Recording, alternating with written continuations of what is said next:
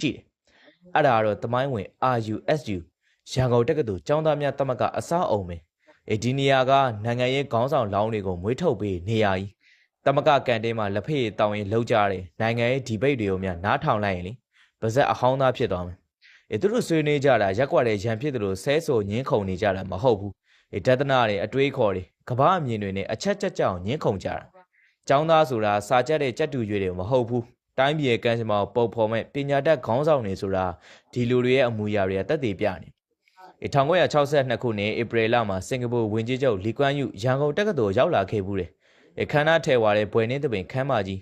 းစိမ့်လန်းနေတဲ့တစ်ပင်တန်းတွေနဲ့ကျောင်းသားတွေရဲ့အရေးချင်းကိုမြင်တော့သူတက်ပြင်းချပြီးတော့ဝန်ခံခဲ့ရတယ်ဆိုတဲ့စကားတကွန်ရှိတယ်ငါတို့စင်ကာပူကကျောင်းနေရရန်ကုန်တက္ကသိုလ်ရဲ့ခြေပြောင်းတာမမိပါလားတဲ့ကဲစဉ်းစားလာကြည့်ပြီးတော့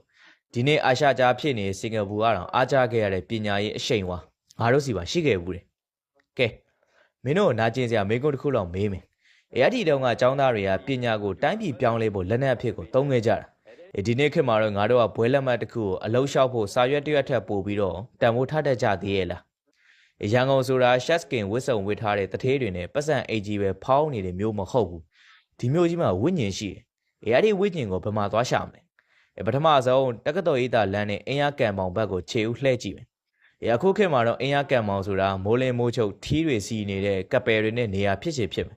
်ဒါပေမဲ့1950ကာလတွေတုန်းကဒီနေရာကကြပြဆရာတွေစာရေးဆရာတွေနတ်ဘုံပဲမင်းတို့သာဆရာကြီးမင်းတို့ဘုံတို့ဆရာဇော်ကြီးတို့လူတို့တော်မာတို့ရဲ့စာတွေကိုဖတ်ဘူးမယ်ဆိုရင်အဲ့ဒီခေတ်ရန်ကုန်ရဲ့အလှတရားမျက်စိတွေကိုကွင်းကနေပေါ်လာလိမ့်မယ်ဂန်းကော်တော်တွေကုတ်ကိုတန်းတွေကြားမှာသူတို့ဖန်တီးခဲ့တဲ့ခေတ်ဆန်းစာပေဆိုတာဒီမျိုးရဲ့ soft power ပဲလက်ဖေးဆိုင်မှာထိုင်ပြီးတော့ကြပြရွတ်ကြနိုင်ငံရေးတွေဆွေးနွေးကြစာအုပ်တွေထွက်ရင်လူဖတ်ကြအဲ့ဒီခေတ်ကလူငယ်တွေအုံနောက်ထဲမှာအမှုပညာနေရာပြည့်နေခဲ့အခုခေတ်လိုမျိုး Canva မှာရှောက်ချစ်ပြီးတော့အမှုပညာလို့ပြောနေတဲ့ကောင်လေးဒီဗီဒီယိုကြည့်နေစေခြင်းနဲ့စာဖတ်တာပြင်းနေဆိုရင်ရုပ်ရှင်သွားကြည့်ကြမလားအဲ့ဒီခေတ်ရန်ကုန်မှာ British Burma Film Company ဆိုတာအာရှရုပ်ရှင်လောကရဲ့တကုံပဲရန်ကုန်မြို့လေကောင်က The Global ရှေ့ဆောင်ဂျိုဒီရုပ်ရှင်ရုံတွေကိုဝင်ကြည့်လိုက်ကွန်အေးစိတ်နေတဲ့ခမ်းမကြီးတွေဂရီဘာထိုင်ကုန်ကြီးတွေပေါ်မှာထိုင်ပြီးတော့ကြည့်ရတာမြန်မာကားတွေနဲ့မဟုတ်ဘူးနော် Hollywood က MGM Paramount ကားတွေလန်ဒန်မှာယုံတင်တဲ့အပတ်ဆိုရန်ကုန်မှာလေတပြိုင်တည်းကိုယုံတင်တာရုပ်ရှင်သွားကြည့်တာအခုခေတ်လိုပေါ့ပါမဟုတ်ဘူးနော်မျိုးသားတွေကတိုက်ပုံမျိုးသမီးတွေကပိုးတယ်တွေနဲ့တေချာ dress up လုပ်ပြီးမှသွားကြတာရုပ်ရှင်ကိုရှေ့ကမြင်ခွင့်ရအော်စကာပွဲကိုအာရှမြေမှာကျင်းပနေသလားအောက်မေ့ရဒါပေမဲ့ဒါတွေအကုန်လုံးထက်ငါတို့ရဲ့သွေးကိုအဆူပွက်စေဆုံးအရာတခုကကြံသေးအဲ့ဒါတော့အာရှကြားဆိုတဲ့ဂုံပုတ်ပဲဟုတ်တယ်ဘောလုံးအကြောင်းပြောမလို့အခုခေတ်2025မှာငါတို့ကဂျပန်တို့ကိုရီးယားတို့တွေ့ဆရာကြီးပါဗျာတိမ်မသွင်းပါနဲ့ဆိုပြီးတော့လက်မြောက်နေရမလား1950ဝန်းကျင်60အစောပိုင်းတော့ပြောင်းပြန်ကွာအဲ့ဒီနိုင်ငံတွေကမြန်မာအသင်းနဲ့ကန်ရမယ်ဆိုရင်ကြောင်လုံးလုံးတုံနေအောင်ခန်းစိတ်ပိတ်ကစားရတဲ့ခေတ်မြန်မာနဲ့တွေ့ရင်ကန်ဆိုးတာပဲဆိုပြီးတော့ညည်းနေရတဲ့ခေတ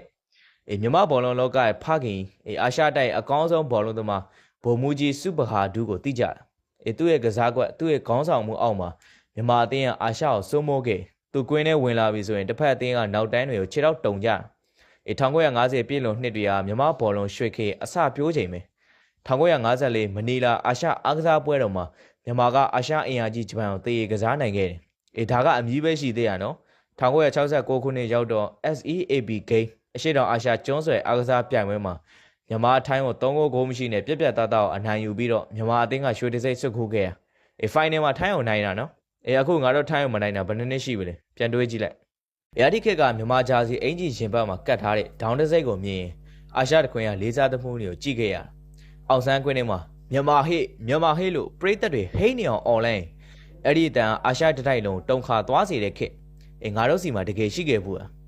ကဲငါတို့ဘောလုံးကွင်းထဲကအတန်တွေတိတ်ဆိတ်သွားတာကစားသမားတွေညံ့သွားလို့လားဒါမှမဟုတ်စီမံခန့်ခွဲမှုဆိုတဲ့ကစားကွက်တွေမှားသွားလို့လားနေဝင်သွားပြီရွှေတကောင်ဖျားကြီးရဲ့ရွှေရောင်အရိပ်တွေအမှောင်လေးကိုတိုးဝင်ပြောက်ကွယ်သွားတာနဲ့ရန်ကုန်ကမျက်နှာဖုံးနောက်တစ်ချက်ကိုကောက်တက်လိုက်ပြီဒါကရန်ကုန်ရဲ့ dark side ပဲ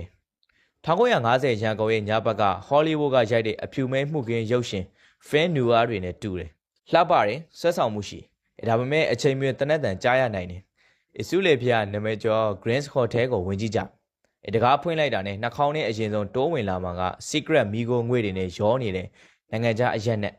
အခမ်းမကြီးထဲမှာမီးရောက်မိန်ထွန်းထားတယ်စင်မြဲပေါ်မှာဖိလစ်ပိုင်ဂီတသမားတွေကဆက်ဆိုဖုန်းကိုညှို့တက်ပြင်းပြင်းနဲ့မှုတ်နေပြီးတော့ Jazz